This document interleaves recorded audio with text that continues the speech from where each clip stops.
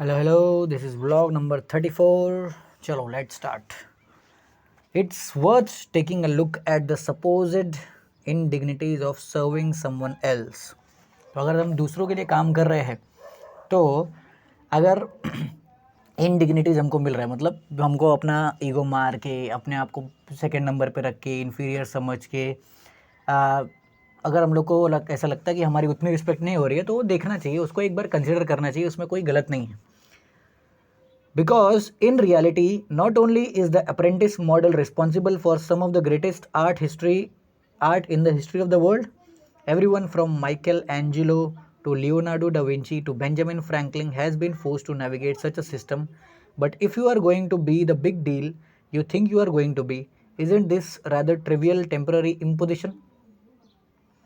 तो रियलिटी में वो बुरा तो हमको लगता है अप्रेंटिस लेवल पे काम करने के लिए और वो छोटे लेवल पे काम करने के लिए, लेकिन अगर हम लोग हिस्ट्री में जाके देखें कि दुनिया भर में जितना भी सबसे बड़ा सबसे महान आर्टिस्ट लोग हुए हैं, वो लोग के सीक्रेट सॉस के बारे में अगर हम लोग देखेंगे, उनकी हिस्ट्री देखेंगे, चाहे वो माइकल एंजेलो हो, चाहे वो लियोनार्डो डा विंची हो, चाहे बेंजामिन फ्रैंकलिन हो, सब लोग ने यही अप्रेंटिस लेवल सिस्टम से ही नेविगेट किया और इसके लिए वो इतना महान बन पाया, ऐसा ऑब्जर्व किया गया है. लियोनार्डो डा विंची ने तो 10-15 साल बस अप्रेंटिस लेवल पे काम किया था, इससे पहले कि वो मार्केट में आए. सोचो 10-15 साल, आप 15 साल के हो, 10-15 साल मतलब कम से कम 30 साल के होने तक आप मार्केट में उतरे नहीं. 30 साल तक बस आप फ्री में काम कर रहे हो, सिर्फ सीख रहे हो, बहुत मिनिमम वेज पे काम कर रहे हो. तो आज के टाइम पे इसमें बोलेंगे तो सब लोग गुस्सा हो जाएंगे, अरे इतना कम सैलरी में कौन काम करेगा, अरे इतना दूसरे का झंझट कौन सुन के लेगा, अरे मास्टर तो क्या कुछ भी बोलेंगे क्या, टीचर तो कुछ भी बोलेंगे क्या. तो ये सब सुनने के लिए आजकल सब लोग में गट्स नहीं है. लेकिन जितने भी महान लोग हुए हैं जिन्होंने कुछ ना कुछ महान काम किया है, वो लोग के अंदर एक ही क्वालिटी था, वो लोग ने चुपचाप 10-15 साल तक बिना सोचे समझे जो मास्टर ने सिखाया चुपचाप सीखा, जो भी उनका बिहेवियर था irrespective of that. Leonardo da Vinci तो एक उनके बारे में बुक भी पढ़ा है, तो उनके बारे में क्लियर कट बात कर पा रहा हूँ, लेकिन ये बाकी लोग भी है, वो लोग का भी सेम हिस्ट्री है. When someone gets his first job or joins a new organization, he is often given this advice: make the other people look good and you will do well. तो जब आप अगर मैं या कोई भी नए जॉब या नए ऑर्गेनाइजेशन में स्विच करते हैं और हम लोग जॉब करना शुरू करते हैं, तो उनको ये एडवाइस दिया जाता है कि आप दूसरों को अच्छा दिखाओ तो आप अपने आप अच्छे दिखने शुरू हो जाओगे. मतलब क्या, दूसरों की तारीफ़ करो, दूसरों को हेल्प करो तो अपने आप अच्छे लाइट में आ जाओगे, ऐसा बोला जाता है. कीप योर हेड डाउन दे से एंड सर्व योर बॉस. ऐसा सब लोग बोलते हैं कि अपना मुंडी नीचे करो, चुपचाप जो बॉस बोलेंगे वो सुनने का, अपना दिमाग ज़्यादा चलाने का नहीं. सब लोग ऐसे ही एडवाइस देते हैं कभी भी हम लोग नया ऑर्गेनाइजेशन ज्वाइन करेंगे तो. Naturally this is not what the kid who was chosen over all other kids for the position wants to hear. तो अभी नेचुरली क्या होता है, जब कोई बोलता है कि आपके बॉस ने जो बोला वो चुपचाप सुनो, तो वो सोचो वो यंग इंसान जिसको बाकी सब कंपटीशन में, समझो उसके 50 लोग की क्लास रहेगी, 50 लोग में से उसको चुना गया, तो उसके अंदर तो कितना ईगो भरा पड़ा रहेगा. वो तो बिल्कुल ऐसा सुनना नहीं चाहता कि मैं दूसरे का सुनूंगा. वो क्या सोचता है, 50 लोग में से मेरा सिलेक्शन हुआ है, मतलब मैं जो बोलूँगा वो सुनो, मैं किसी का सुनूंगा नहीं. और यहीं पर फंसना शुरू हो जाते हैं. It's not what a Harvard grad expects. After all, they got that degree precisely to avoid this supposed indignity. तो क्या होता है, अभी डिग्री लेने के पीछे हम लोग का एक स्टेटस सिंबल बन गया कि मैंने डिग्री लिया. समझो हार्वर्ड बिजनेस स्कूल से कोई पढ़ के आ रहा है और वो बिजनेस ऑर्गेनाइजेशन में पहुंचा, तो उसने ये इनडिग्निटी और ये बोलते हैं ना बेइज्जती ना सहनी पड़े, इसके लिए तो हार्वर्ड स्कूल गया था, इसके लिए वो इतने महंगे कॉलेज में गया, इसके लिए वो इतने फेमस कॉलेज में गया था.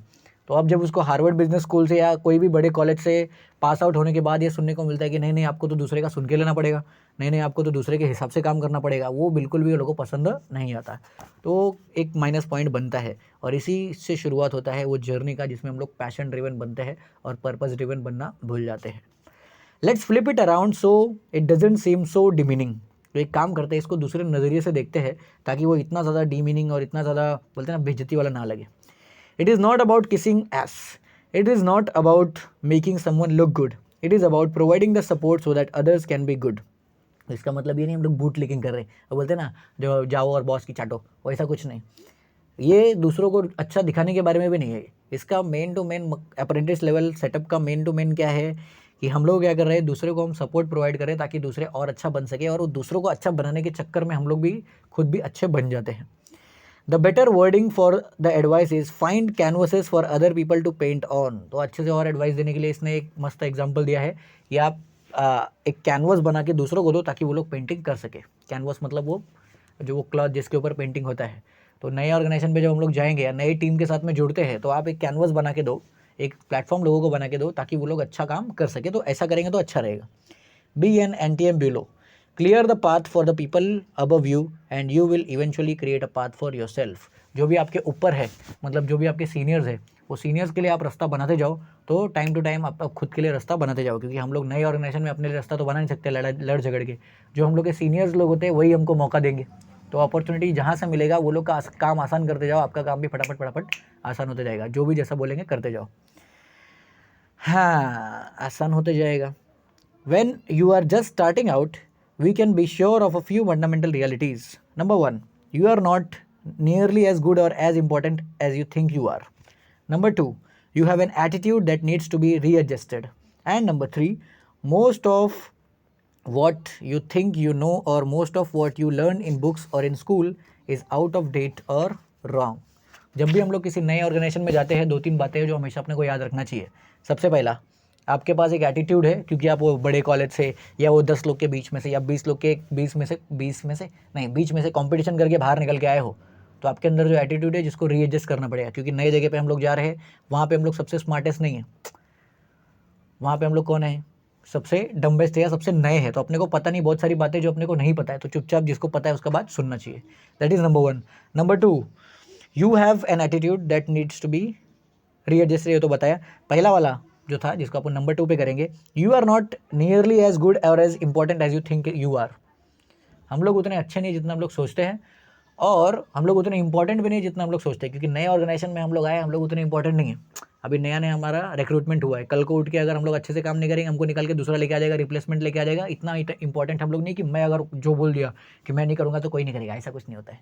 नए ऑर्गेनाइजेशन में क्या करना है, हमको समझ के चलना है। हम लोग उतने इंपॉर्टेंट नहीं है जितना हम लोग समझ रहे हैं। और तीसरा नंबर, सबसे ज़रूरी चीज़, जो भी चीज़ हमको लगता है कि हमको आता है, जो भी चीज़ मैं सोच रहा हूँ कि मुझे आता है, वो या तो दो चीज़ है, वो या तो आउटडेटेड हो गया या तो गलत है। आउटडेटेड मतलब क्या, हम लोग स्कूल में कॉलेज में जो भी चीज़ें पढ़ते हैं वो 4-5 साल पुरानी रहती है। हम लोग मार्केट में उसको लेके उतरते हैं, हम लोग लगता है सब आता है हम लोग को, ऐसा कुछ नहीं होता है।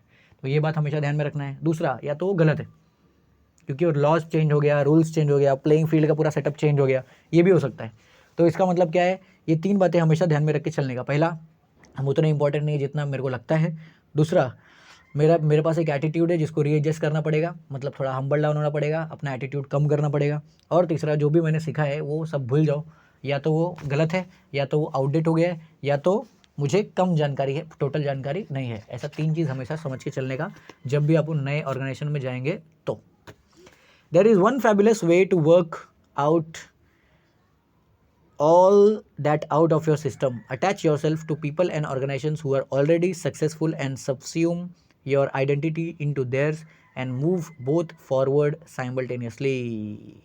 तो बहुत ही अच्छा तरीका है नए ऑर्गेनाइजेशन में जाके अपने आप को आगे बढ़ाने का, कि अपने आप को पूरे सेटअप से अलग कर दो। बोलो मतलब मेरा कुछ इधर पे लेना देना नहीं है। जो भी लोग वहाँ पे सक्सेसफुल हो चुके हैं, वो लोग की आइडेंटिटी के साथ में अपने आप को अटैच करना चालू करो। वो लोग की हैबिट्स के हिसाब से रहो। जो काम वो लोग करते हैं वो काम करो, जो चीज़ वो मना करते हैं वो चीज़ मना करो। और वो हिसाब से रहोगे तो आप धीरे धीरे उनके साइड को आगे लेके जाओगे। जैसे इसके पहले हम लोग ने बात किया था अपने सीनियर लोग को हेल्प करने का, तो ऑटोमेटिक हमारा भी हेल्प होगा। तो वो सीनियर लोग का हेल्प करते जाएंगे, वो लोग का क्वालिटीज़ अपने अंदर आएगा, वो लोग की पर्सनैलिटी वाइज हम लोग रहेंगे, तो ऑटोमेटिक क्या होगा, दोनों भी आगे बढ़ेंगे। आपका सीनियर तो आगे बढ़ ही रहा है, आप भी धीरे धीरे आगे बढ़ते जाओगे। It's certainly more glamorous to pursue your own glory, though hardly as affected. तो बहुत ज़्यादा ग्लैमरस है अगर हम लोग अपनी खुद की ग्लोरी को परस्यू करते हैं, मतलब मेरा नाम होना चाहिए, मुझे सब काम मिलना चाहिए, मुझे सब अपॉर्चुनिटी मिलना चाहिए। बहुत अच्छी बात है, सुनने के लिए अच्छा लगता है, लेकिन प्रैक्टिकल लाइफ में ऐसा नहीं है। प्रैक्टिकल लाइफ में तो बहुत इफेक्टिव नहीं रहता है। जो लोग अपने पीछे भागते हैं, मैं मेरे सेटअप के हिसाब से चलाऊंगा, मैं जो बोलूँगा वो होना चाहिए, वैसा बोलोगे तो कभी भी आगे हम लोग जाते नहीं हैं। या तो फिर हम लोग कुछ बहुत ही बड़ा कर रहे हैं जो दुनिया से बहुत ही अलग है, उसमें भी पेशेंस चाहिए। अब हम लोग किसकी बात कर रहे हैं, पैशनेट लोग की। तो पैशनेट लोग वो रास्ते पे जाते ही नहीं है। तो वो अगर जॉब करने भी ले जाते हैं तो जॉब करते टाइम पे भी हमको क्या करना है, पैशन अपना थोड़ा साइड में रख के जो भी चीज़ें बताई जा रही है उसके हिसाब से काम करना है। It is certainly more glamorous to pursue your own glory. Obeisance is the way forward, obeisance obeisance is the way forward. अगर आपको आगे बढ़ना है तो ओबेसियंस रहो, ओबीडियंट रहो, चुपचाप ओबेसियंस को फॉलो करो। मतलब क्या, जो भी आपके बड़े बोलेंगे, जो भी आपके सीनियर्स बोलेंगे उसको चुपचाप सुनने का, और धीरे धीरे आप आगे बढ़ोगे। जिस दिन हमको मौका मिलेगा या सटल तरीके से, इनडायरेक्ट तरीके से हम लोग अपने आइडियाज़ पिच करके उसको लागू करवा सकते हैं। लेकिन अपने आइडियाज़ को लेके इतना ज़्यादा इमोशनल भी हमको नहीं होना है कि मेरा आइडिया आपने लागू नहीं किया, अगले बार तो मैं एडवाइस ही नहीं दूंगा, ऐसा नहीं। धीरे धीरे होता है। जैसे सेल्स का एक रूल मैंने सीखा था कि वो जितने वैसे लोग ही सेल्स कर पाते हैं जो सबसे ज़्यादा बार पूछ पाते हैं। तो जितने ज़्यादा बार आप पूछोगे उतने ज़्यादा बार, एक बार तो 20 30 40 50 में से एक बार तो हाँ होगा। लेकिन वो तरीका हम लोग को पता होना चाहिए कि किस तरह से अपने आइडियाज़ को पिच करना है। हम लोग किसको आइडियाज़ पिच कर रहे हैं? सीनियर्स को। सीनियर्स के बाद खुद का दिमाग है, उस हिसाब से अपने को काम करना चाहिए। That's the other effect of this attitude. It reduces your ego at a critical time in your career, letting you absorb everything you can without the obstructions that block others' vision and progress. तो इस attitude का दूसरा effect भी है कि हम लोग जब ओबीडियंट होते हैं, दूसरे का बात, सीनियर्स का बात सुनते हैं और उनके पर्सनैलिटी में अपने आप को ढाल लेते हैं, तो हमारा फ़ायदा क्या होता है? इससे हमारा धीरे धीरे हमारा ईगो भी कम होता है। और इस टाइम पे हमारे करियर के क्रिटिकल टाइम पे, जिस टाइम पे हमारा करियर अभी बन रहा है, उस टाइम पे अपने ईगो को साइड में रखना सुपर इम्पोर्टेंट है।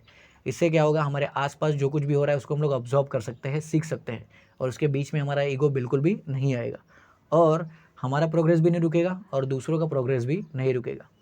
क्योंकि मोस्ट ऑफ क्या होता है, हम लोग जब सीनियर्स का काम करके देते हैं तो सीनियर्स का रास्ता भी क्लियर होता है, और साथ साथ में धीरे धीरे हमारा रास्ता भी क्लियर होता है। तो जो भी सीनियर्स बोलेंगे चुपचाप करते जाने का, अनलेस एंड अनटिल वो कुछ बहुत ज़्यादा ही एग्जैजरेट करके आपको परेशान करने की कोशिश कर रहे हैं। मोस्ट ऑफ द टाइम क्या होता है, वो लोग काम ही बोलते हैं और काम करना चाहिए, सिंपल। चलो, इसके ऊपर एक स्टोरी अपन पढ़ेंगे नेक्स्ट ब्लॉग में। Bye bye.